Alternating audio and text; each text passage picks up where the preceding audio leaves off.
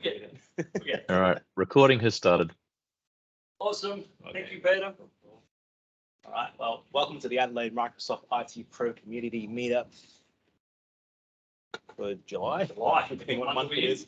Happy financial new year. Yeah. Got myself, Andrew O'Young, and Brett Moffat, and we've got me talking about licensing and subscriptions later on in Microsoft 365, and just talking through some of the Microsoft Defender products out there.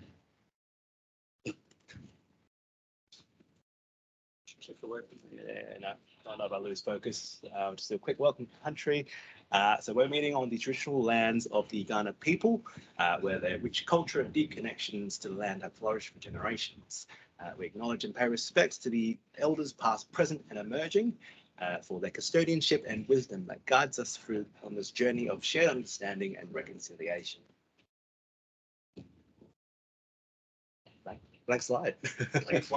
Best part.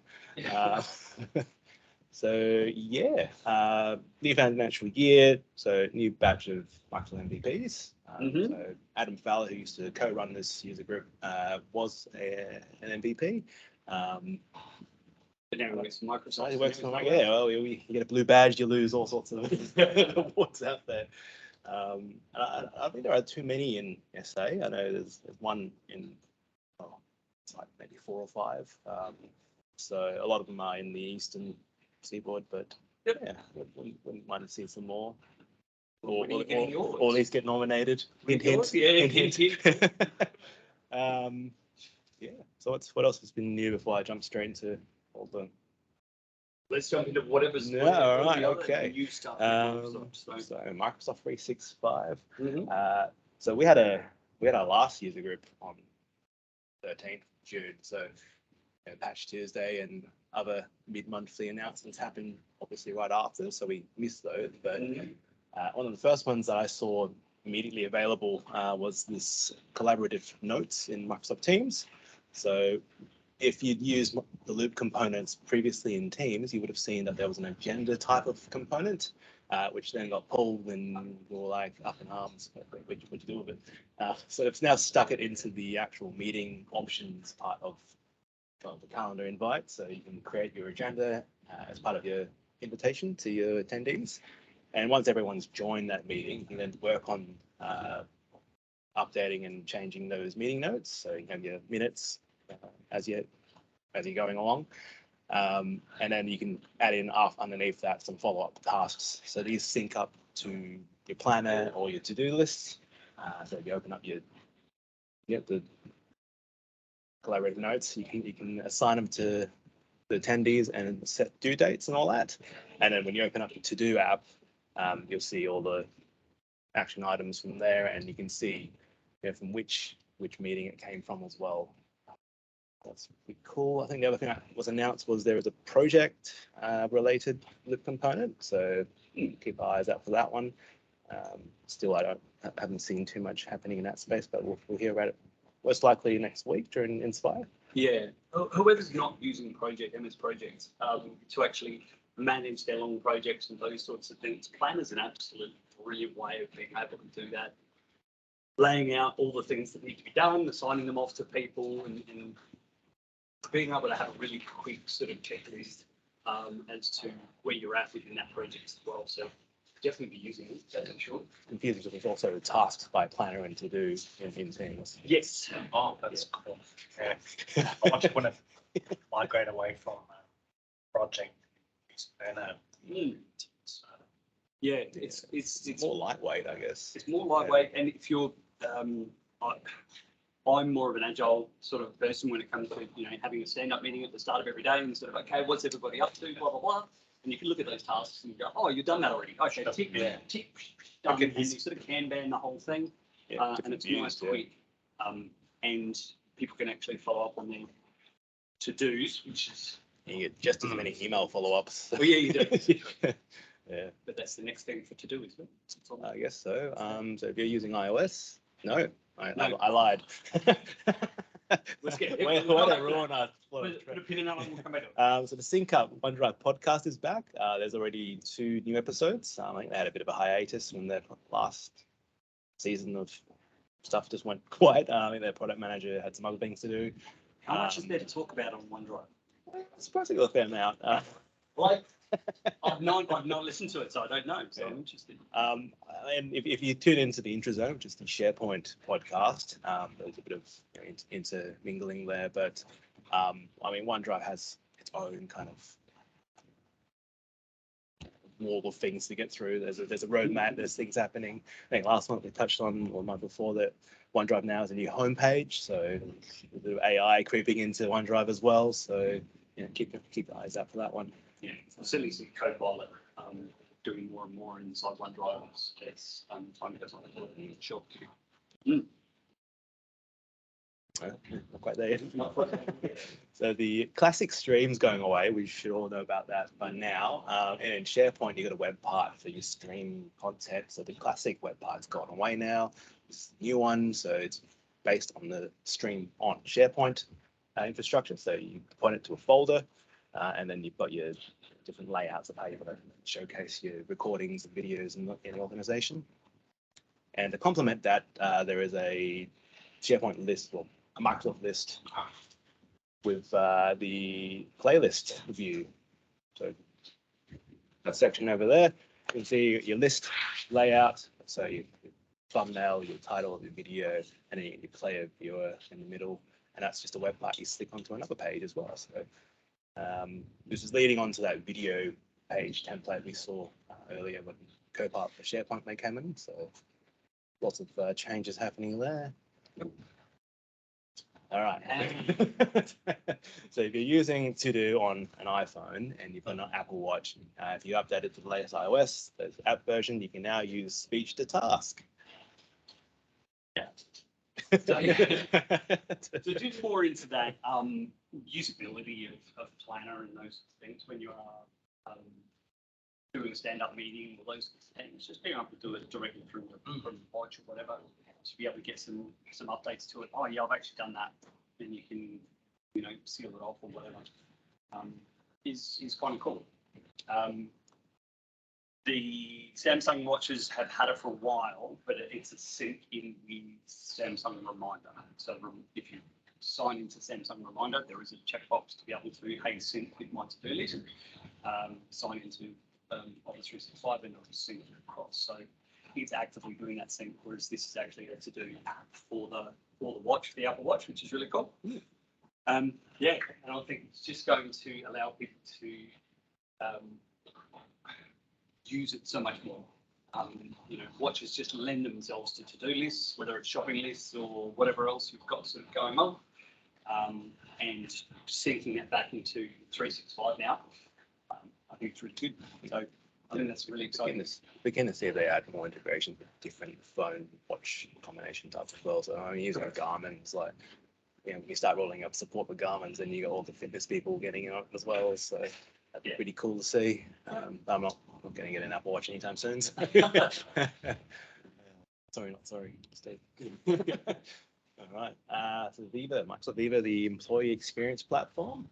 Right after our last meetup, the public preview for Viva Pulse release. So this is like a feedback kind of survey service. So project leads, your managers can send these out.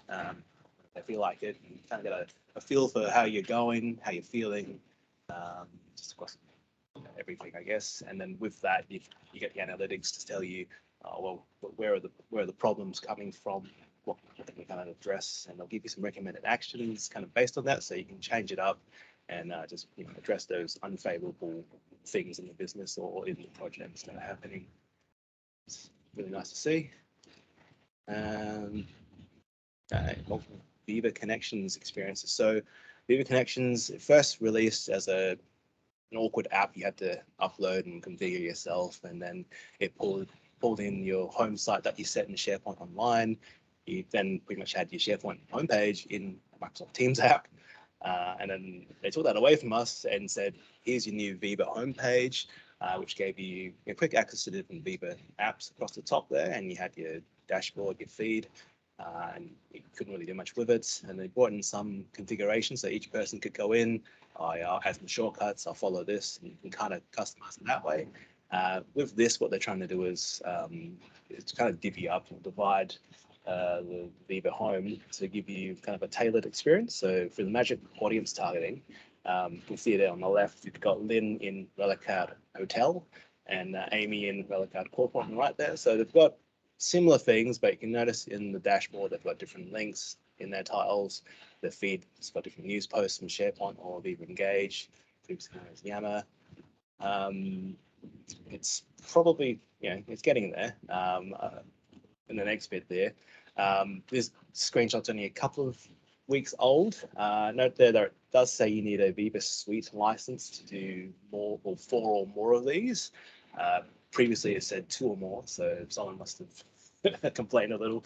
But it sounds like you can create up to 3 of these experiences right now or soon. So yes, you can still create it based off a home site, or you can create some connection experiences based on just what departments this user is in, just what they get. Well, it's kind of nice, giving people different departments their own home sites and pages. Bit of a different niche experience for different organisations, depending on the type of organisation that you're working with or for, as to whether or not this is appropriate. It's again just another way of engaging with end users.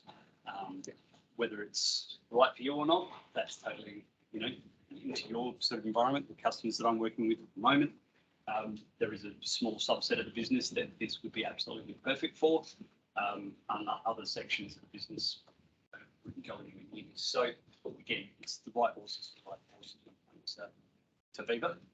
Yes, it also comes down to the size of your business. And the bigger the organisation, the more this would be valuable. Yeah.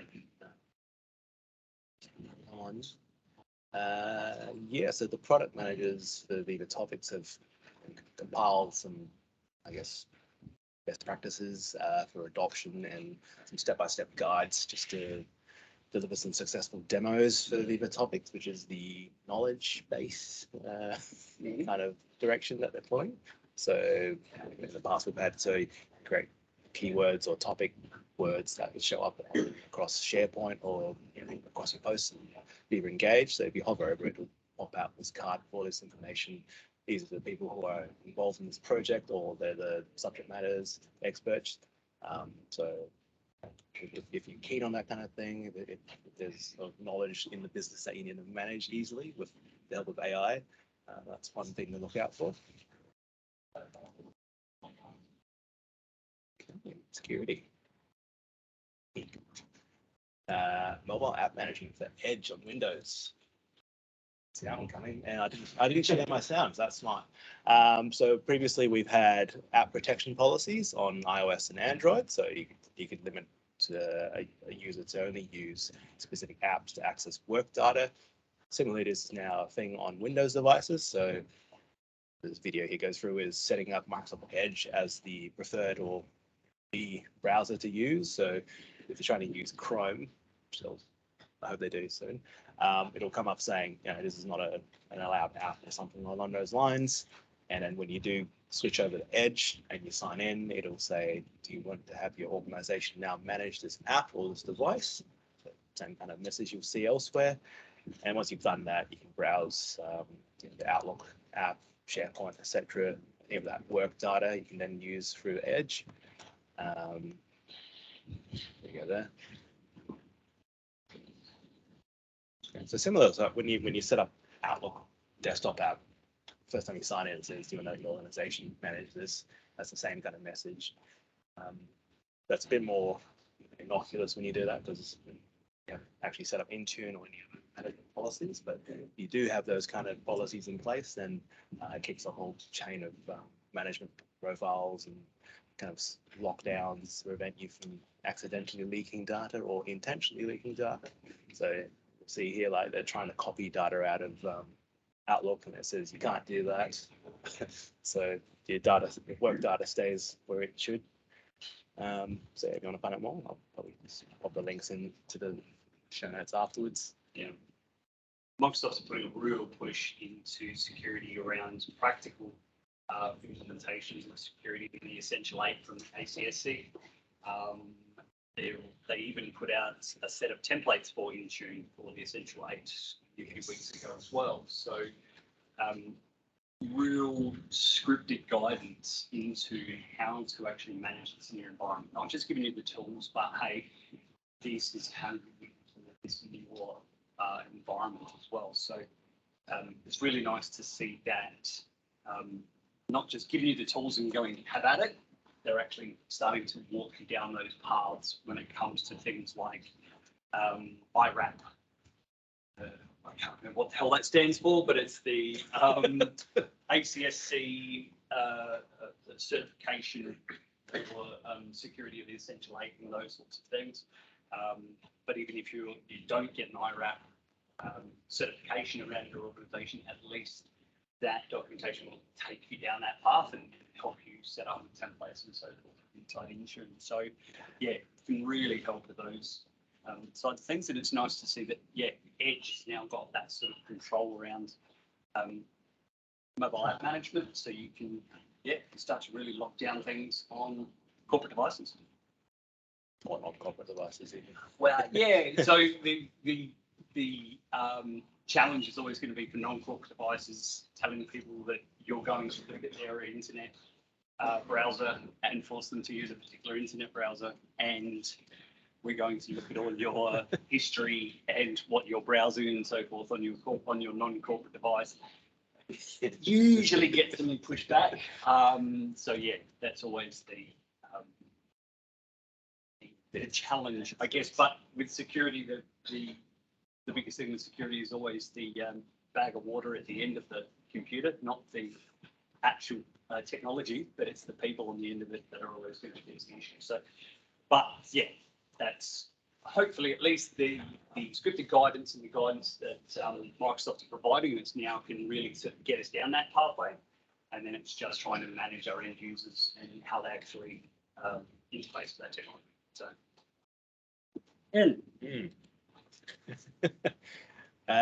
Windows drivers and firmware updates in Intune, so we can now manage and approve these through Intune. That's a grimace or a glee. No, I like it. I think it's really good. I started my I guess engineering phase of my career deploying patches with inside electronic data services (EDS). So I was responsible for patching 135,000 workstations in 12 countries and 9 languages every month. So I know the pain of it. So to be able to roll up into Intune now for machines, really, really good. And the Azure patch deployment, or whatever it's called. Auto patch, that's the one. Yeah, it's great. Finally, those sorts of things, at enterprise level is absolutely fantastic. So being able to set up, for those of you that don't know, auto patch allows you to set up your patches in rings. So you can test on an accelerated ring, and then the next ones are those, a bit wide of a tester sort of a thing, and then out 2 or 3 rings out to those business critical apps that you've really got to make sure that everything's tested before you go implementing into it. Set it up, trigger it, away you go. You're not having to run around worrying about packaging or getting those patches ready to deploy. So very, very cool.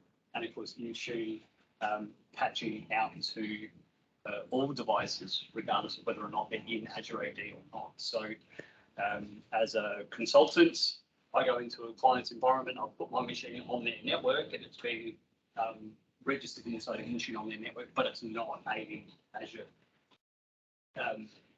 joined, so it doesn't get part of the auto patch, but I can get the patches from Intune and be forced to be at a certain level of compliance, or I'm not allowed to log onto their network. So yeah, very cool. You can create your own kind of update rings in Intune without auto patching. Yeah, it's just a bit more hands-on. And it's a bit more hands-on. Yeah. Yeah. Okay, there's a Tech Community Live, so a bunch of on-demand videos just on Intune. I'll have the links out to you after this so you can catch up on those ones. At the same time, there's the Entra Tech Accelerator. Part 2 is coming up next Friday. Just as the identity side of things. So more protection, Azure AD, privileged access, and all that kind of thing. Sorry, can you talk up a little bit? The No, fan's really it's loud. loud. AV cover is quite difficult to hear you over Just here. raise your hand with like a Yeah, yeah. yeah. So Sorry. the Microsoft Entra Tech Accelerator. Yeah, that's another online on-demand video feed. I think it's through YouTube actually. This one, it's all on demand. I'll send out the links to this afterwards. So it's cover things like identity protection, privileged access, and just things in Azure AD, stuff like initial access and multi-factor. That's your thing. That'll be covered there. And we got this one. So the monthly security summary report for Defender Endpoint. This might look sort of familiar for those that are, I guess, a Microsoft partner and you work with Microsoft 365 Lighthouse. So you get a snapshot of across your clients or your current fleet of users and devices. So you get a secure score rating, you've got your inventory, and just what kind of activities or baddies have been detected and blocked for that month. So really handy kind of insights to get there. Does everyone know what Lighthouse is? No. I don't think they've done any partners in the room. So No. All right. So yeah, if you hear Lighthouse being thrown around, it's for Microsoft partners, for managed service providers. So it's a dashboard way to be able to line up all of the tenancies that you take care of, and then be able to see it all in one dashboard and be able to flick between those accounts and be able to manage across multiple accounts rather than having to sign in to every single tenancy every time you try and do something. So this is a way to be able to roll that up for managed service providers. Okay, so yeah, it does let you kind of bulk set push out policies. It can be a bit scary at times when you're doing that. Just bulk across all clients. No, I'm sure it'll fine. It'll be fine. Yeah, but yeah, so it gives you that. So yeah, this report is, I think it's the same report, but you now get it to yourself and your own tenant. So if you're running Defender Endpoint, you get these telemetry. Really good. Next security item, yeah, Microsoft Sentinel Triage Assistant tool, stat tool. Someone really wanted that acronym to come out. Well, they made the T on the end capital. T So on the end. they still call it a stat tool, so star tool doesn't really work. So in case you didn't know, Sentinel is a security incident or information and events management platform, and I guess what the stat tool helps out with here is part of the automation side of things. So in your SOAR, so the orchestration, automatic remediation, the stat itself is a logic app. So it's a Power Automate for Azure side of things. So it's a workflow that happens in the background and it kind of kicks along that main kind of flow that's happening on your scene. So it'll help you with detecting whether this is a legitimate threat, is it an incident, or is it just a false positive? So it'll kind of bounce back and forth a few times, and essentially it's going to cut down on costs and delays in getting an accurate response out of what's happening in your environment. So I imagine this will come in really handy. I'm not that much of a security creature myself, but those in the call would probably agree. Yeah. No, for larger organizations that have a security team that are sitting there focused on what's coming in and actively watching what's happening inside their environment, this is going to be really useful for the game of whack-a-mole that is cybersecurity, of different people trying different things and probing different parts of the organization.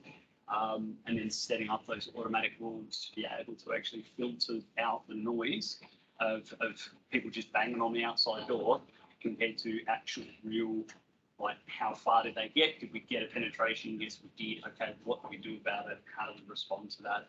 So on, and keeping that happening in real time rather than having, have your own knock of people just sitting there watching the screens the whole day.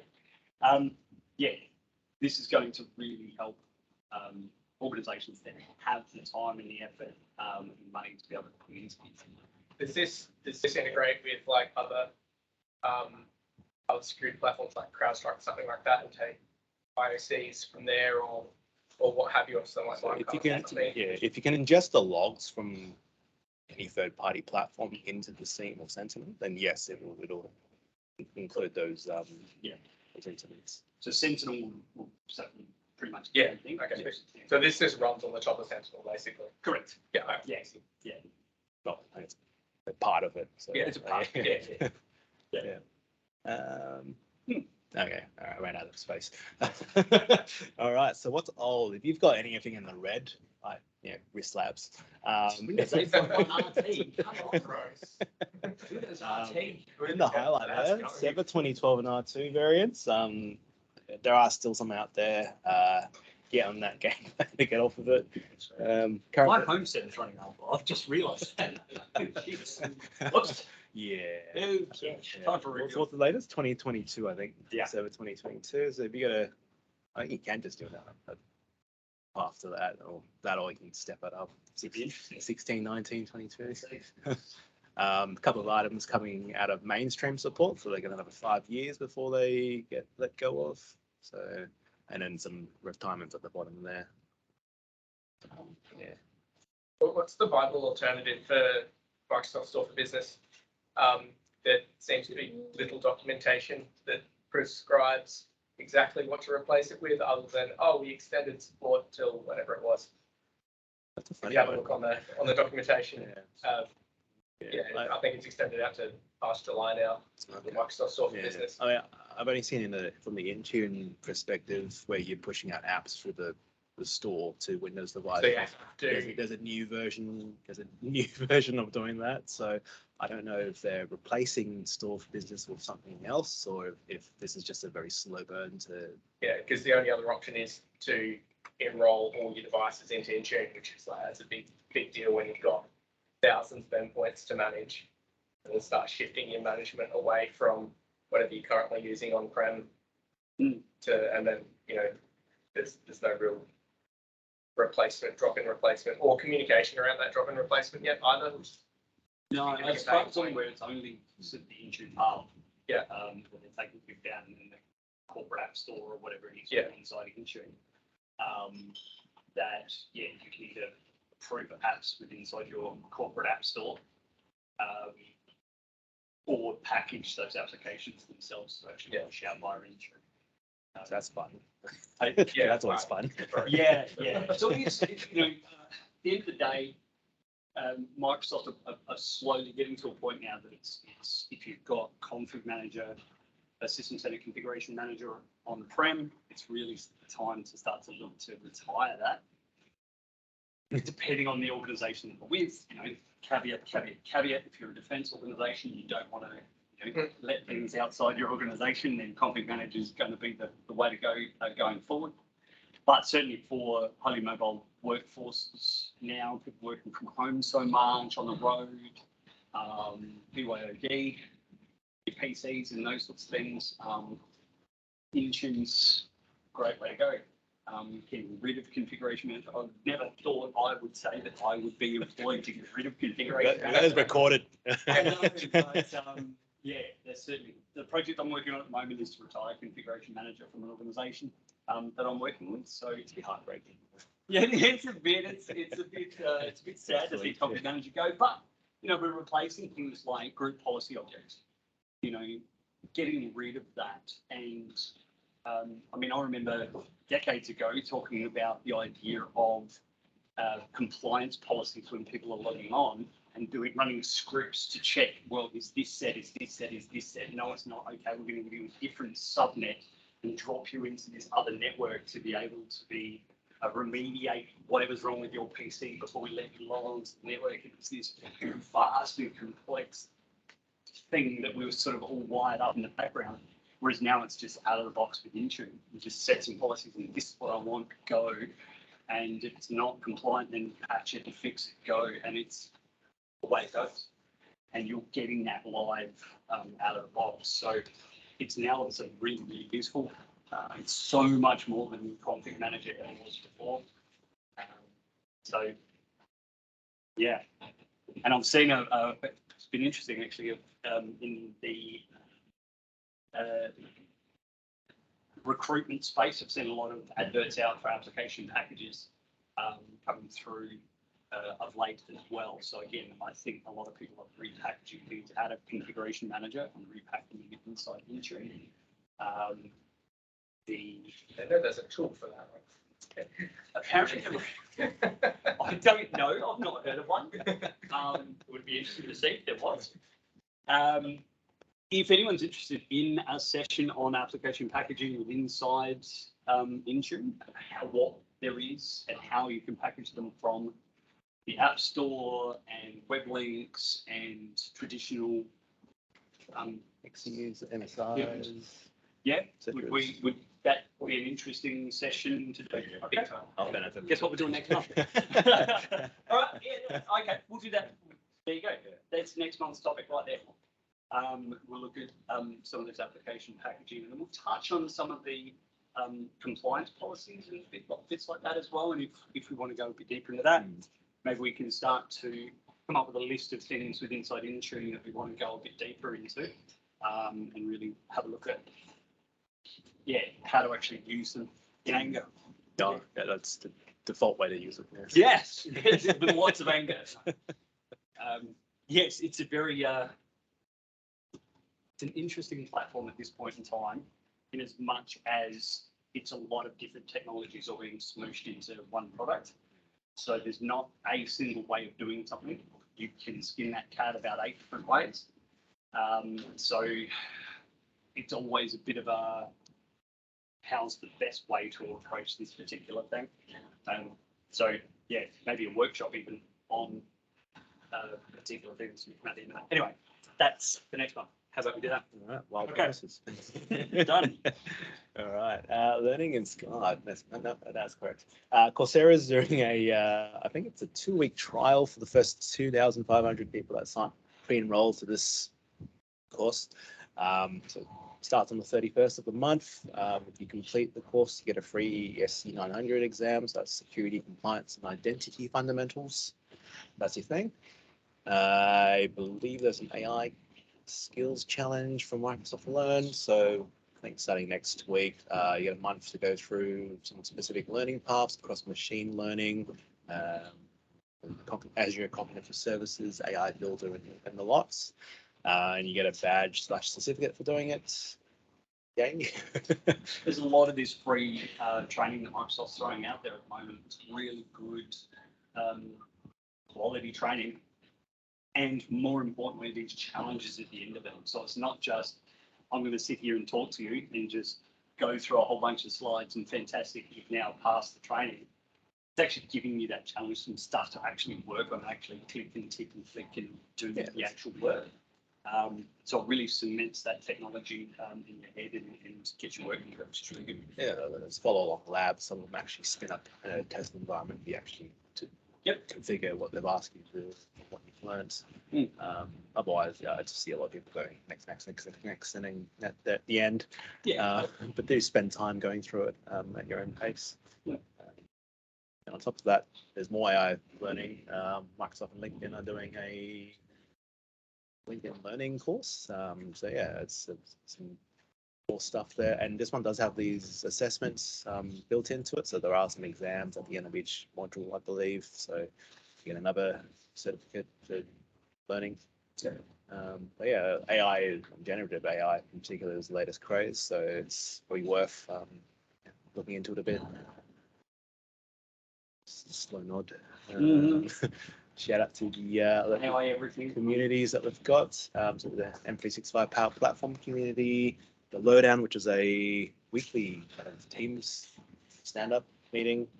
We'll call it a podcast, but there's a cyber threat intelligence user group, APAC. I think that's usually on the first Tuesday of every month. So normally when we have ours, but after it, but there is all online remote. Yep. That's what we're going to. If you just touch on cybersecurity, if it's just something that's sort of there in the background for you, it's a really good one to sort of get a place for you. Did you catch the last one? I did not. Yes. That's what he's starting. I was out, and I missed the ACSC review today. Anyway, oops. Adelaide Office 365 user group. Daniel Brown has scheduled in a whole bunch of his user group.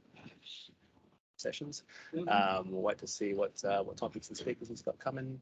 We're just speaking about this before the LA Power BI user group. I think they're still around. Apparently there was a meetup last month, so they should be still happening.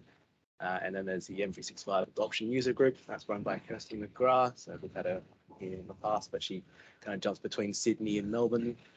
Just a little touch on adoption. Yeah. So if you are going over to Office 365, Microsoft 365, I definitely suggest that you get onto that one, have a look. She's got a lot of resources and help on okay, how do you make that transition? How do you go across? What are the sorts of apps that you should introduce and when, rather than just going, here's the entire suite of Office 365. Really starting to pick out the quick wins, those sorts of things. So yeah, she has a really good session with that. Yeah. That's training as well. What's coming? So like we touched on Microsoft Inspire, the partner conference is happening next week. There was a modern workday event for those that are interested. More importantly, the digital workplace conference is happening start of next month. If you've paid attention on the announcements, there is a competition we're running. So if you filled out the form with your details and answer some of the questions there, and you're in the room right now, we'll run the draw at the end of the session. Just to keep you here. Just to keep you in. Make sure you're here. Yeah. So that you can win a 2-day delegate conference pass. So that's the 2nd and the 3rd. They are offering a workshop on the 1st and the 4th. So the first on the Tuesday is Daryl Webster running a Microsoft Loop session, and the one on Friday is a Microsoft Teams architecture related workshop. But 2nd and 3rd, like 9 to 5, it's jam packed with all sorts of sessions and speakers from around the world. So anything to do with productivity, digital workplaces, and the lot, incorporating Microsoft 365. If that's your thing, make your way over, or if you've entered the draw, pray you win. Yeah. Is it a hybrid event? Is it online as well? Or I just don't think it's hybrid, which is yeah, but it's in Melbourne, so the ticket, the free ticket itself won't cover transport or accommodation. It's just the entry to attend everything. It's like a $1,400. Yeah, So it's to be quite valuable. Anywho, the Australian Information Security Association, ASA, holding the Adelaide Sec Cyber Conference, 18th of August at the Adelaide Convention Centre. Check out their website. They'll have different pricing tiers for members, students, and general public. And then later in the year, we've got the Power Platform Conference and Ignite. And then just a reminder, Microsoft Stream Classics retiring in February. Yeah. And yes, the saving to the Classic location can be extended to mid-August. Suggest don't technically start migrating. So it's similar process to migrating data to SharePoint. You're pointing your channels, your video files, you stick them into either a OneDrive personal thing or a SharePoint site/folder for it to live in afterwards. The Power Platform Conference will be in Adelaide, or No, so that one's in It's a global- that's in Vegas, oh, yeah, Las yeah. Vegas. Yeah. So as much as we'd like to have Close enough. Yeah. Yeah, well, It'd be nice to go. yeah, one day maybe. I don't know. What you'll find is at the end of those big conferences like that, a lot of the sessions will be put up online after the fact. Yeah. You won't be able to ask questions, you can't interact with it, all of those things, but at least you know what to say. I don't know if that one's going to be put up there, but it's worth at least having a look for it, following along. I think there were. Yeah. It's a different website platform to the Ignite and the other Microsoft main ones. I think this one was like it's something new. But Ignite itself, like Build and Inspire, it's all online. It's hybrid. They've got people there. Yep. And Power Platform again is something that people are interested in. Obviously, yeah, doing some Power Platforming type I stuff. don't think there's an ad. Yeah, There's no Power Adelaide. Platform.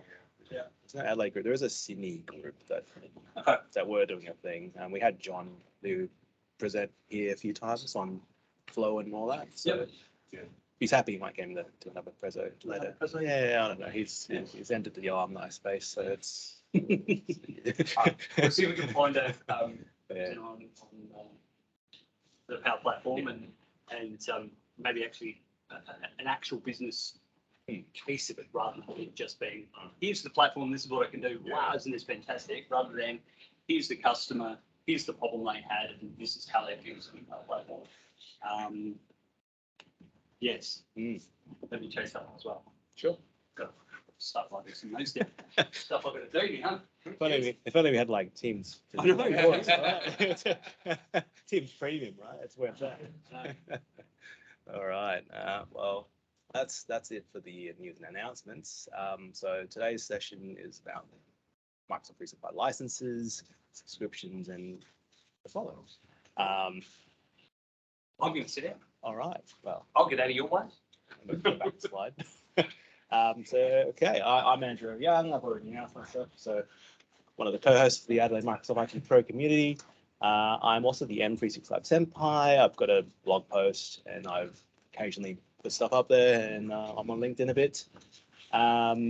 So going ahead, just going to touch on these things. So Microsoft 365 licensing in general, differences between subscriptions, differentiating different Microsoft Defender products, and then going through some resources that are really handy for you all. As a quick bit of a history, so Office itself, I think the first iterations of Word, Excel, and PowerPoint, I think they appeared about 1988-ish. And even the first version of Excel didn't run on Windows. It ran on Mac, and it wasn't until the next version of Windows that you could use Excel on Windows. And in 1995, that was when the first Office suite came about. So, and then every 3 or so years, a new version came out from there. And about 2010, I think, is when they decided to go, let's go to the cloud, like everything else, let's go to the cloud. And we saw Office 365 become a product in roughly 2013, 2012, 2013. And it's been there for about 10 years now. And halfway along the way, it became Microsoft 365. And yeah, so it's essentially just moving your on-premise workloads, your applications, and then giving them new life in the cloud with evergreen product updates and new features. So your main ones, Exchange for email messaging, your SharePoint for sites and document management, OneDrive, which used to be called SkyDrive and used to have an on-prem presence. And then you got Link, which became Skype, which became Teams. And the list goes on. Let's add a quick plug here for Excalidraw.com. It's like a whiteboard application for your web browser. I try to make use of it. It's my little logo doesn't quite look like the M365 logo, but you get the idea. So you get these kind of hand-drawn looks and nice shading. I didn't do any there, but you can do sketching, cross-sketching, kind of get some nice designs out of that. We might do another session later on using that live, I guess. I thought there'd be this Surface Hub in here so we could do some playing with it, but yeah, unfortunate. Yeah, differences between M365 or Microsoft 365 and Azure. So Microsoft 365, you've got licenses, you've got users, you assign your users licenses. It's certain products, there's applications, and there's a certain price to it. And that price is recurring, so it's the same dollar value every month, every year. So you kind of know what you're paying for or you're getting charged. In Azure, you're in a consumption-based model, so what you're using, as you use it, you pay. Like the more you use something, the more you have to pay. So if you've got virtual machines and servers running on there, and you suddenly add on 10 more, you're obviously going to pay more for that. So then your price goes up exponentially. It stays at that if you're good at managing your resources, but it's kind of it's not always going to be the same price versus Microsoft 365, where it's going to be the same price, unless then the economy changes or Microsoft does another true up on their dollar value every 5 years. Yeah,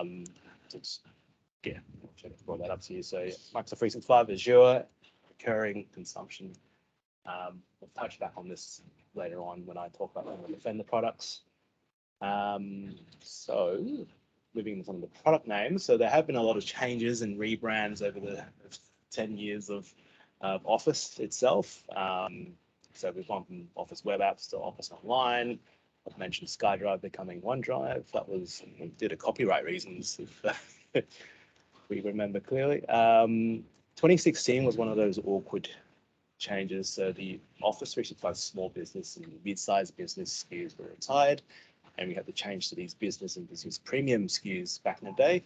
And the older versions of the Office apps, you couldn't just go, here's a new license, off you go. You had to uninstall, reinstall a different version of the installer, and it was painful, especially when you had a large organization to deal with. So the newer apps are a lot nicer now because they'll go and check in and, hey, you've got this license, I'll give you these features, because it just downloads everything.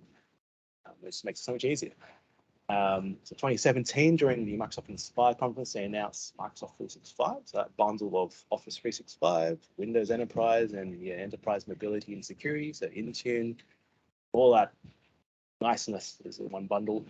We didn't really see too much of it until a year or so after that, so then you could actually start using it and selling it. They had another change, so Office Online became Office for the Web, in case you weren't already confused. And then in 2020, they finally did the rebrand from Office 365 to Microsoft 365, and some even more confusing changes between business, the old business to the new business SKUs, and then the apps themselves, where they've renamed. So no longer Business or Pro Plus, it's now Apps for Business, Apps for Enterprise.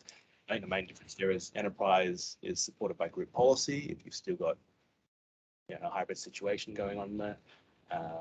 And then I want to touch on something about that. So yeah, so essentially became basic, premium became standard, and business became business premium. If you want to follow up with me on any of these name changes afterwards, let me know. These are probably the more general pain points that we've had, just in general from experience anyway. We'll jump straight into Defender products. So they've also had Microsoft Defender, the antivirus product on the Windows devices. That's probably the first you would have heard about it. Just Defender, Windows Defender antivirus. That's kind of where they just borrowed the Defender product name and then slapped it onto everything else, and it's now a security product. So let's go through these ones more clearly. So Office 365 Advanced Threat Protection. Quite a mouthful to begin with, and they've given it Microsoft Defender for Office 365. So it's the same kind of length, I guess, but we know that it's a Defender product for Office 365. So emails, Exchange, your data in SharePoint, Teams, and OneDrive. So that's securing that lot of data in your tenant. And then you've got Microsoft Threat Protection, which is now Microsoft 365 Defender. So this is that portal in your security.microsoft.com space where you've got access to see everything within your emails, your compliance, your devices, your identities.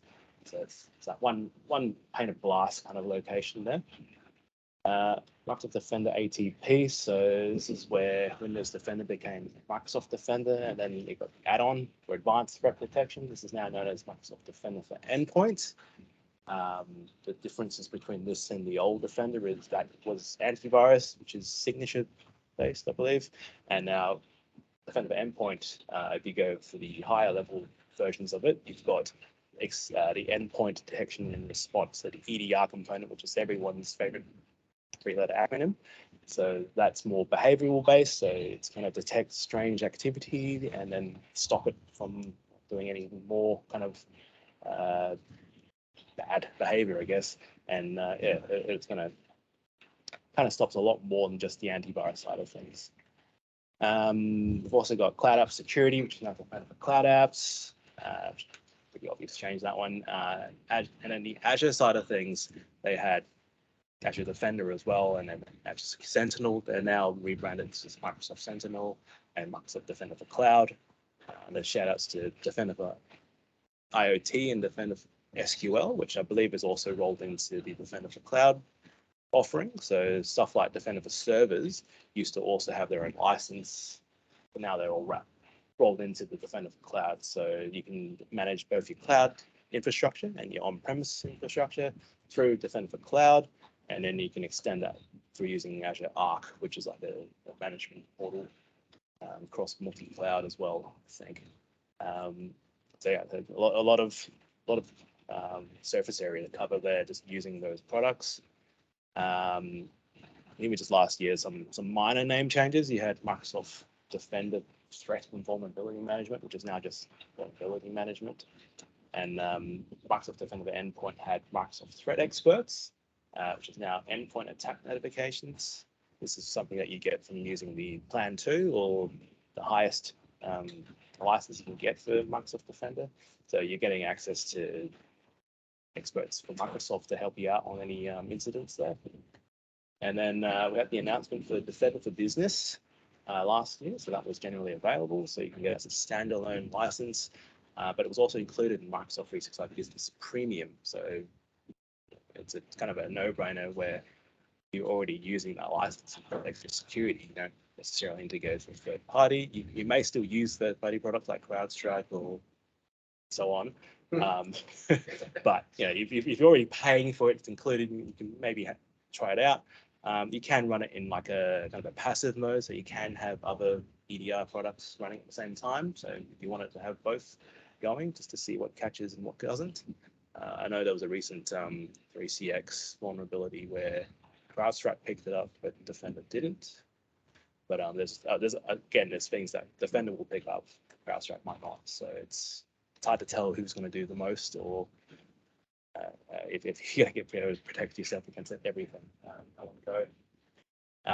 So with the Defender Business, they've introduced, or it's in public preview, you can do server protection as well. So it's an add-on license. So you need to have either Defender for Business or one of the Microsoft 365 business licenses already to be able to add on that server licensing. And you're allowed to protect up to 20 servers. So it is still focused on that small to medium business, kind of less than 300 users, 20 or up to 20 servers, I guess, in this case. And that's where they're trying to make it more valuable. Yeah, the value for money there is the smaller kind of organizations don't have to go spending heaps on the higher tier license and for premiums that they're kind of bringing down and including in the lower licenses for you. So I'll move on to any questions just on any of these products. Okay. Slide sooner. So this is the Defender for Endpoint versus Defender for Business. I get asked a lot, what's the difference, or why we're using plan whatever. So plan 1 is that next generation endpoint protection. So there's the antivirus side of thing. There's exploit guarding, and there's all sorts of attack surface reduction. But there's no EDR, which only comes in from plan 2. And I guess a lot of businesses want that EDR piece, but they're looking at, it's just Defender, Defender for Endpoint. Yeah, give me whatever plan 1, and they're thinking that they're protected, but they're not actually getting that extra piece there. And then when you start introducing Defender for Business, that's actually got most of the things from plan 2. So you get EDR, which is the important part, some automatic investigations, some threat analytics, vulnerability management. But you don't get advanced hunting, you don't get the endpoint attack notifications or threat experts, as they used to be called.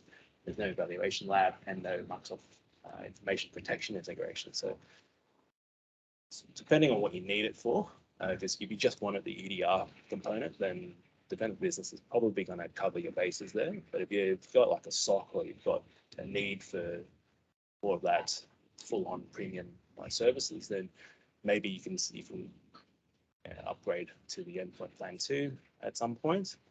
But again, if you've exceeded 300 users, then you're not exactly business, you're an enterprise, so you're probably already on endpoint plan 2 for that EDR protection. Yeah, as I mentioned before, it's included as part of the business premium or as a standalone license. And then the conversation then leads to, what do we do about our servers? So you've got the Defender for servers, plan 1, plan 2. So these were licenses before, but now they're part of the Defender for Cloud. So you log onto the Azure portal, you go to the Defender for Cloud, and then there's different options in there. So you can turn on protection for your servers, SQL, IoT, containers, etc. Plan 1, plan 2 are tick more toggles. So you turn on plan 1, turn on plan 2. Both plan 1 and plan 2 include EDR. So it's going to be the same thing. Is just there's even more features in Plan 2 that you can turn on as well. So that being in Azure, it's a consumption piece, so you are paying for however many servers you have. So the constant runtime and then times by how many servers you have. So you could have 40 servers in the cloud, and then this plan will calculate at X price times how many servers are running. So that's where it can get more expensive. But if you were running up to 20 servers, then business for servers add-on is probably where you want to sit. That's much lower cost. It's a license, so you know what the cost is going to be every month. It's not going to blow out randomly. And if you change your number of servers like up to 20 or so, price won't explode. So, so I don't know if this you can visualize where I'm trying to come from here. So in terms of keeping things cost effective, if you're within 300 users, you're within 20 servers, go for the business side of things. But if you exceed that, or if you've got particular needs or requirements for some of those features, then you look at going for the higher end Plan 2 features there. Any questions on that? Yeah. So yeah, I've gone through a whole lot of different license types and SKUs and features and all that. It is a bit of a difficult time getting your head around it all and keeping up with date.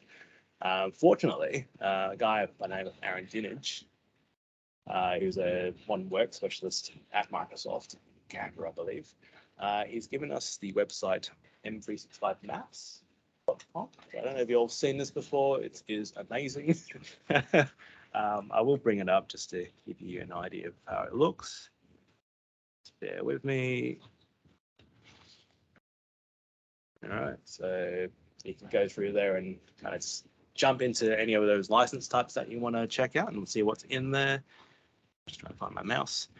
But then down here, if you scroll down, you can see a list of what the product name changes have been. So similar to what it showed you before, he's got a list of all the changes to different products in there. You can compare the diagrams. So if you click on one of these, for example, let's go into Office 365 E5. So you get this image, all the features that are included in that license, and that's kind of like the infographic there. But if you go back, It's interactive because it click on that. yeah, they're all links, so they take you to the actual learn document. Yeah, so everything's clickable, I think.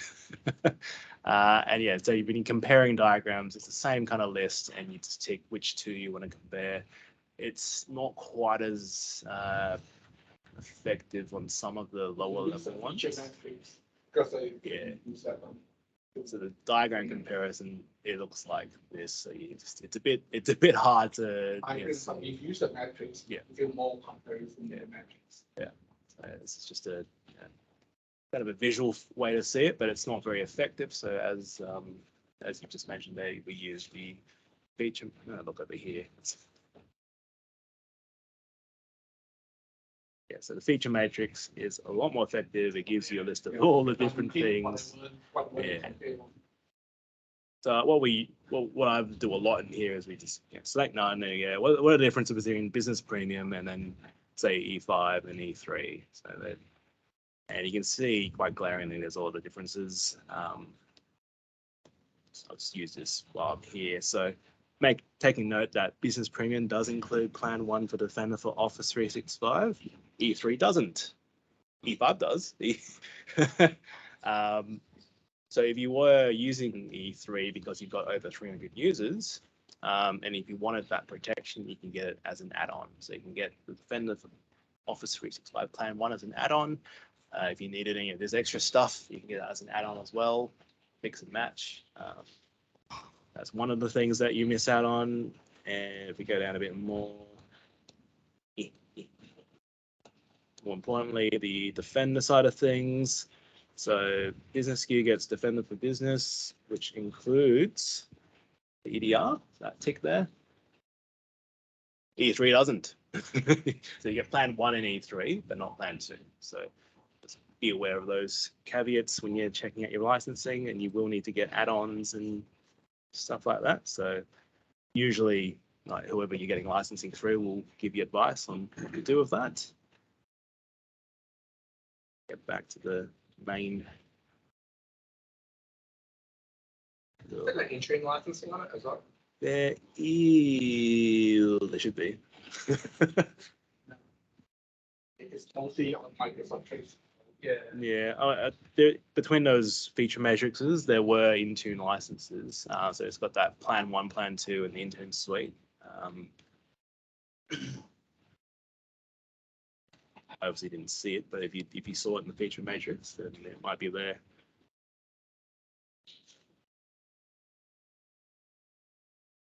Just do a quick find for Intune.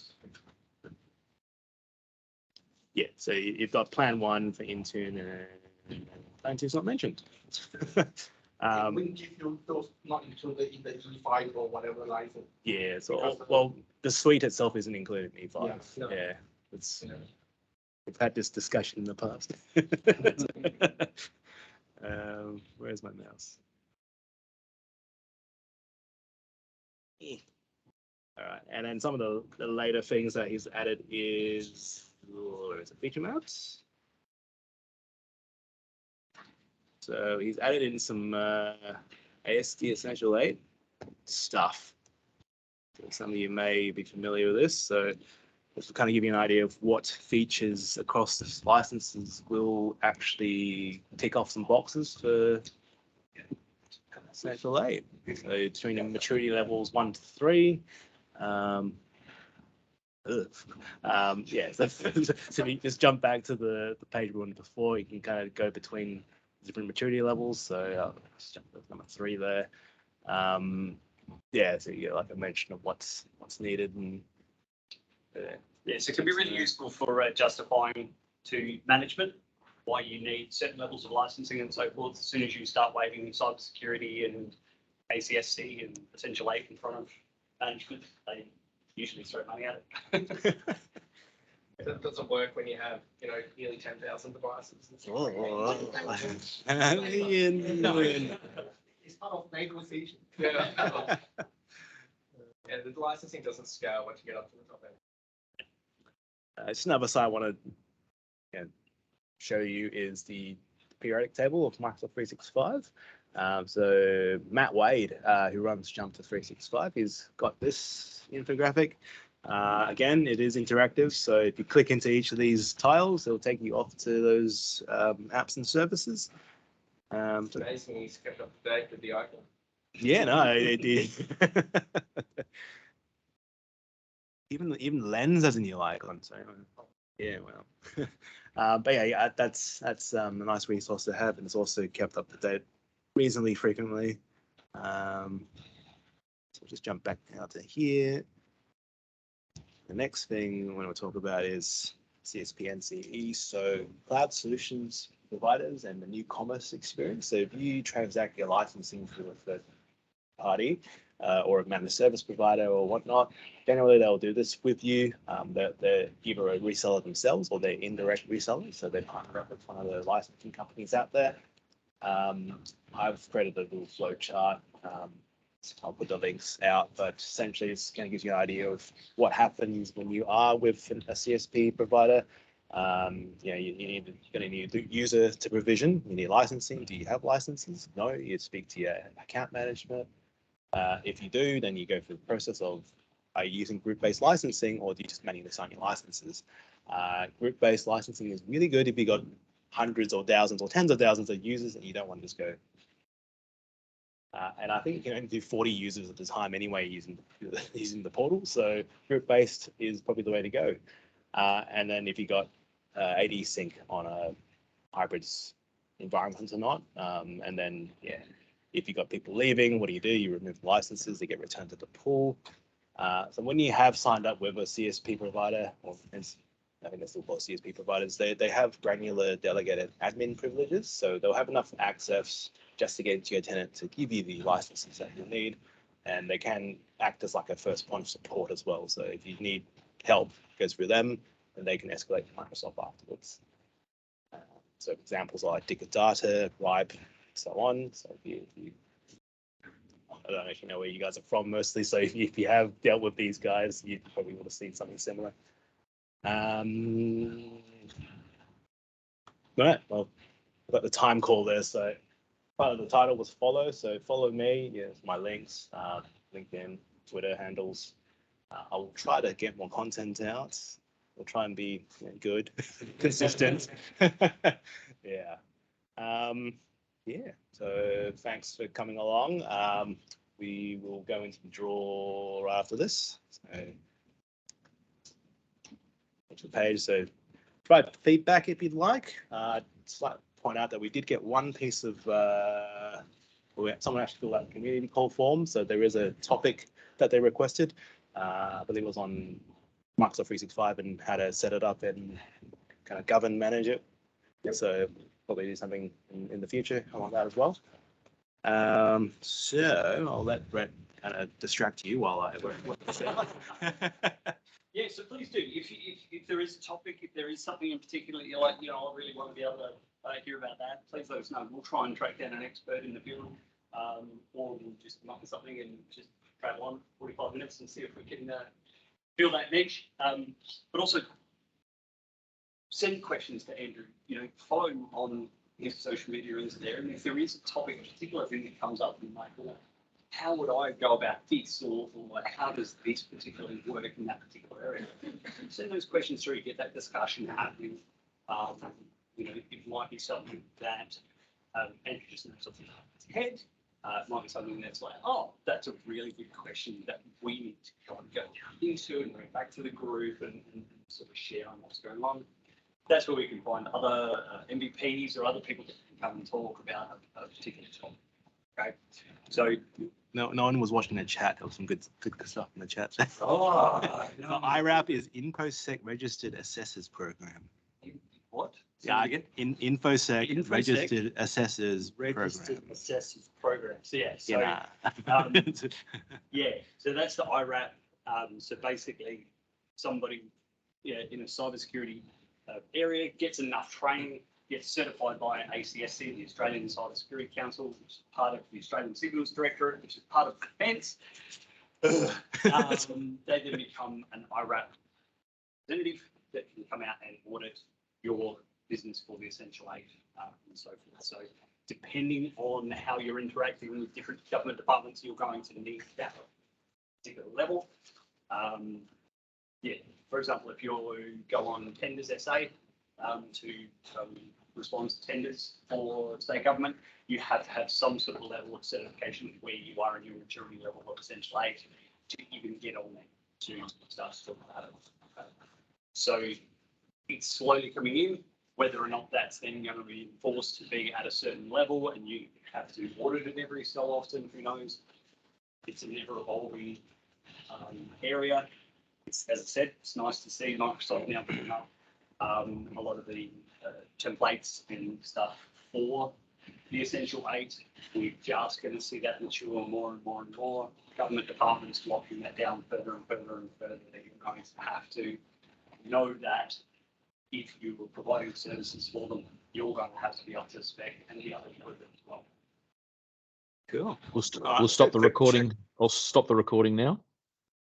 Sure. Yes, not a problem. Thank you.